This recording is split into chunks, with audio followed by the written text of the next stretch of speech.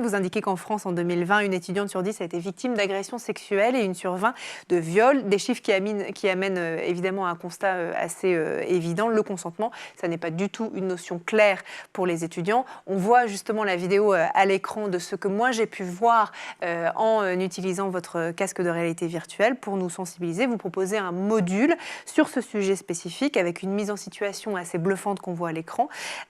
Son fonctionnement, c'est que je me mets à la place de quelqu'un et je subis du harcèlement sexuel, des menaces de viol, de la discrimination, etc. C'est comme ça que ça fonctionne. Comment vous nous disiez tout à l'heure que vous partez de témoignages.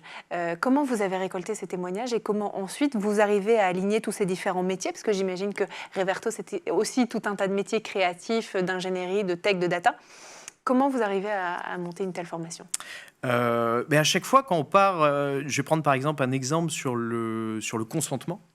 Dans les écoles, on a travaillé avec...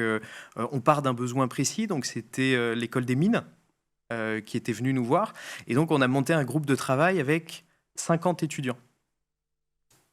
Et ce qui nous a permis de construire déjà une expérience avec leurs mots à eux, ouais. avec leur expérience à eux, et donc de récolter des témoignages. Eux aussi, du coup, étaient ressources pour aller chercher des témoignages. Et voilà, chaque fois qu'on travaille, par exemple, on a travaillé sur le harcèlement scolaire, mais on était en partenariat avec l'association e-Enfance, qui reçoit des témoignages, et donc eux en avaient beaucoup. On a travaillé sur les violences conjugales, c'était avec le ministère de la Justice, avec des associations spécialisées sur ces sujets. Donc à chaque fois, on va à la source, que ça soit avec les entreprises, pareil. On leur dit, OK, donc il y a eu des situations problématiques. Est-ce qu'on peut aller chercher des témoignages ensemble? Et ça permet aussi d'aller plus précisément, en fait, dans les mécaniques qui se mettent en place et de construire des situations qui sont plus proches du réel.